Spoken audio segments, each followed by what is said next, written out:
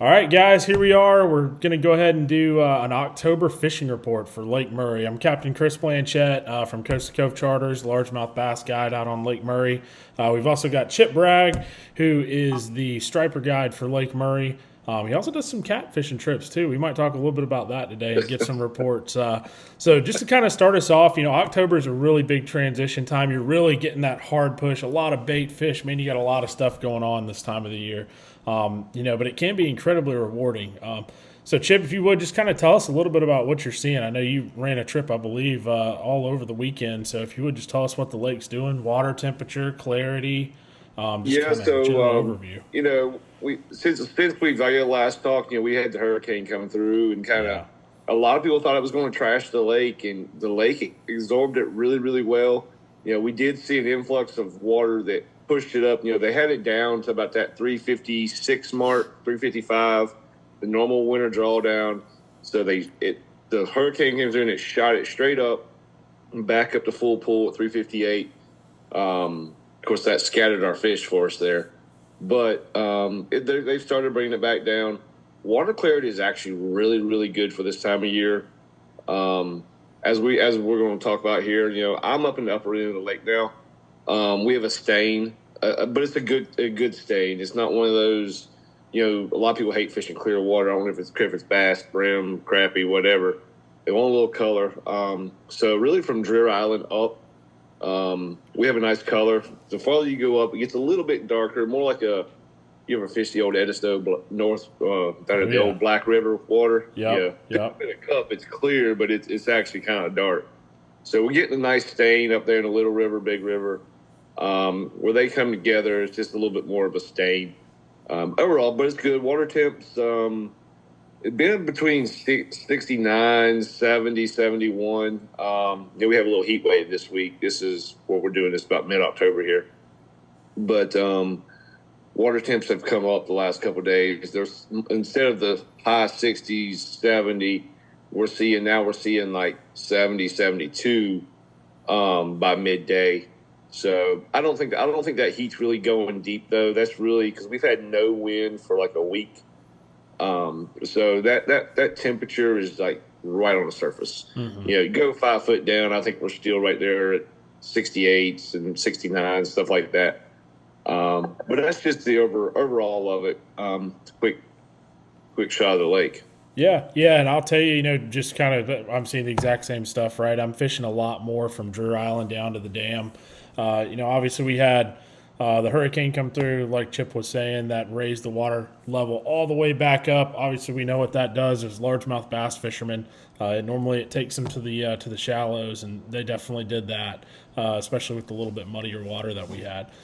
So I'll kind of jump in real quick, do a super quick, just kind of largemouth report on what we're seeing on guide trips. With the water coming up, fish have kind of gone shallow. Stained water, you can still catch some fish offshore, definitely, and you can definitely catch some schooling offshore too. And I'll tell you what, it's kind of been pretty good in the afternoons right now. Also, it kind of transitioned about a month ago. We really liked that like 9 to 1 time period where they could kind of look up and see the pelagic blueback herring. Now it's kind of like a little bit more in the afternoon. They're schooling. First thing in the morning, it's super hard to beat a good top water bite up on the bank. Some type of a buzzbait type bait, whopper plopper, a walking bait right there on kind of those rocky points and any type of transition and channel swing areas that those fish can use as they start to migrate back into those creeks. So at that, we're catching some fish on worms, we're catching some fish on jigs, we're fishing docks, we're fishing points. We're covering a lot of water. That's the really big key to October is, you really got to work for them, but man, it can be super rewarding because you can actually start to get a pretty good bag this time of the year compared to last month where it was a little bit tougher. You can get that mid to upper teen bag. And, I think there was even a tournament out there where it took a couple bags over 20 pounds to win it for your leaders last weekend. So, the bags are out there to be caught. The water level being up is definitely helping. If I were going out there and fishing a tournament tomorrow, I'd probably start up shallow. Then I'd kind of start to, maybe go and fish a little bit more of your transition docks and stuff like that. and then kind of end my day maybe looking for some of those larger schooling fish that are offshore, chasing those blueback herring, in that like 20 to 50 feet of water range on some of those really deep drops. But that's what I would do as far as bass fishing. That's what I'm seeing. That's what we're getting on some of our trips. It's really hard to beat, a worm if you just want to get bit. And then obviously, if you're looking for those kicker bites, those like 2 to 5 plus pound bites, that jig and that buzz bait are definitely the way to get that. But with that, I'll kind of turn it back over to Chipp as far as what he's seeing for the striper and even some of the catfish as well. Yeah, so I'll piggyback real quick. So I was out catching perch this afternoon for some catfish trips I have coming up, and the greenfish came up schooling around me. I was probably sitting in 30 foot of water. They were up on the top of the point I was fishing, but they came up pretty hard, and that was pushing probably about 3-4 o'clock. Yeah. They came up. What you were saying to a T, man. It was late afternoon. They came up chasing bluebacks up shallow there. Yep. But striper we are dead full blown into our normal fall winter bite. Our fall and winter is pretty much the same. We're coming up on the upper end of the lake. We're pulling planer boards. We're pulling free lines. I'll still take a couple down rods off the back of the boat. But my planer boards, no weights on them. I've caught fish as shallow as 5-6 foot, and I'm catching them out over top of 30-40 foot. But that's kind of your typical if y'all following this for the striper side of it, go fish where you fish in October through February. Fish are there. I'm still using bluebacks right now. I'm about another week, even though I'm fishing up there in shad and threadfin waters. A lot of our fish are just getting up there, and they've been eating bluebacks for 6 months, so they're not quite transitioning straight to gizzard shad yet. But the next week, I'm going to start transitioning over to more gizzards and less herring. So that's something to be looking forward to. Catfish, I told you, I kind of just jumped into it. Been kind of waiting on the get a little deeper. Catfish have been in that 20 to 30 foot range. I like to drag for them. So I'm dragging, Santee rigs, 2 to 4 ounces of slinky weights on them. A lot of brush up there. So I've been kind of waiting for them to get deeper. Well, this week they got deeper. I'm in that 30 to 40 foot range. You need ledges, edges of the river channel. The herring, I'm dragging herring and perch. Herring is, it catches a lot of the channels and the smaller blues. If you want to catch a good one, you want to get a big old slimy pitcher, get you a butterfly perch. And, basically we fillet them from the tail towards the head, both sides, and then you cut the backbone out. So basically you end up with, a head. And if you ever pokey fish for grouper, we used to butterfly them, take the backbone out of them. But yeah, so there's your cat, and your cats are going to stay there in that deep channel.